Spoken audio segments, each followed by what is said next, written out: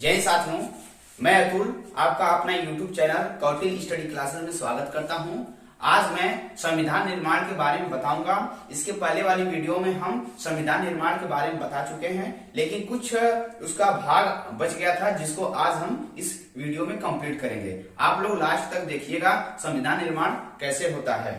तो यह सभी परीक्षाओं में पूछा जाता है, इसलिए मैं इसको अलग से कई किताबों से मिलाकर बनाया हूं। चलिए हम लोग देखते हैं बिना देर हुए। संविधान अंतिम रूप से बनकर तैयार हो गया था 26 नवंबर 1949 को। कब? कल वाली वीडियो में बताए थे 26 नवंबर 1949 को बनकर तैयार हो गया था। लेकिन संविधान को इस दिन कुछ अंश यानी 15 अनुच्छेद इस दिन लागू कर दिए गए थे, जो महत्वपूर्ण यानी कि उस समय को देखकर जो था उसको लागू कर दिए गए थे। लेकिन पूर्ण रूप से 26 जनवरी 1950 को पूर्ण रूप से लागू कर दिया गया था। पूरा संविधान का जो भी अनुच्छेद था, जो भी कुछ भी था, पूर्ण रूप से 26 जनवरी 1950 को लागू कर दिया था। क्यों 26 जनवरी 1950 को लागू किया गया था? इसलिए कि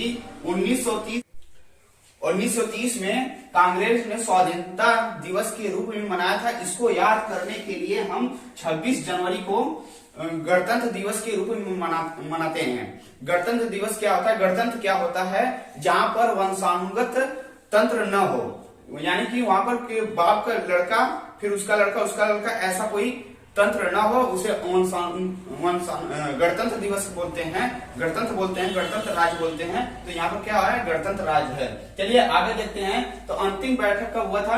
24 जनवरी 1950 को हमारा संविधान का अंतिम बैठक हुआ था। और इस दिन कुछ चीजें अपनाई गई थी, जैसे राष्ट्रीय गान और राष्ट्रीय गीत इस दिन अपनाया गया था। और 24 जनवरी 1950 को हमारे पहले प्रेसिडेंट डॉक्टर राजेंद्र प्रसाद को भी गठन किया गया था, यानी बनाया गया था। फिर उसके बाद भारत विभाजन की मंजूरी, यानी कि पाकिस्तान यानी मुस्लिम लीग वाले ने पाकिस्तान का अलग मांग कर रहे थे। जिस दिन हम लोग भारत विभाजन की मंजूरी दिए थे। कब मंजूरी दिए थे? 3 जून 1947 को मंजूरी दे दिए थे कि हाँ आपका अलग पाकिस्तान बनेगा। लेकिन आजाद कब हुआ? 15 अगस्त 1947 को। 15 अगस्त 1947 को यह आजाद हो गया, हमारा भारत आजाद हो गया। इस दिन हम स्वतंत्र दिवस के रूप में मनाते हैं। फिर हम संविधान बनाने के लिए हमें कुछ समितियों की जरूरत पड़ी, जिसमें 22 समितियां थी। कितने थी? 22 समितियां। 22 समितियां 2 समितियों में यानी कि 2 भागों में बटा हुआ था, जिसमें 10 प्रक्रियात्मक समिति थी और 12 मूल मामलों पर समिति थी। और 8 समितियां बड़ी थी। कितने समितियां? 8 बड़ी समितियां थी और 13 छोटी समितियां थी।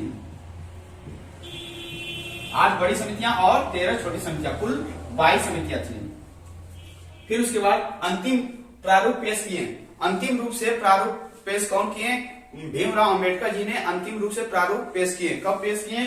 4 नवंबर 1948 को, यानी 4 नवंबर 1948 को पेश किए।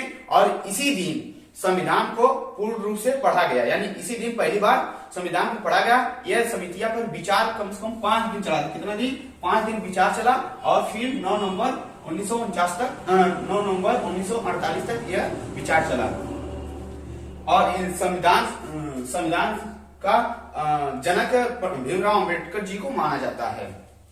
फिर अंतिम साइन 24 जनवरी 1950 को किया गया।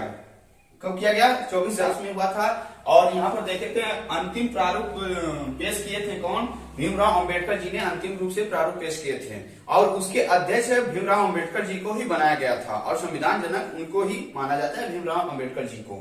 और संविधान में कुल 22 भाग थी। कितने भाग थे? 22 भाग थे। और कितने अनुच्छेद? 395 अनुच्छेद इस संविधान में था, यानी भारत के संविधान में था 395 अनुच्छेद। 8 अनुसूची थी। कितना थी? 8 अनुसूची। और यह संविधान बनकर पूर्ण रूप से लागू हो गया। और तो हम संविधान निर्माण के बारे में हम पूरी तरह से समझ लिए हैं। तो आप लोग इस वीडियो को और अगली वाली वीडियो को आप लोग अच्छी तरह से देख लीजिएगा और समझ पाएंगे कि हाँ संविधान का निर्माण कैसे होता है, अब क्यों हुआ संविधान का निर्माण। अगर हमारे संविधान का निर्माण नहीं होता तो हम व्यवस्थित रूप से यहाँ पर रह नहीं पाते हैं, जिसकी वजह से हम रह लेते हैं। संविधान एक ऐसा रूल है, रेगुलेशन है जो सबको बांध कर रखा हुआ है। तो आप लोग संविधान का आदर सम्मान करिए और संविधान में बताई गई बातों को अनुसरण यानी कि पालन करिए। तो आज के लिए बस इतना ही। आप लोग हमारे वीडियो को देखे होंगे, अगर अच्छा लगे तो कमेंट में जरूर बताइएगा और लाइक शेयर सब्सक्राइब जरूर करिएगा। और टेलीग्राम ग्रुप को ज्वाइन कर लीजिए। हमारे टेलीग्राम ग्रुप का नाम है कौटिल्य स्टडी क्लासेस।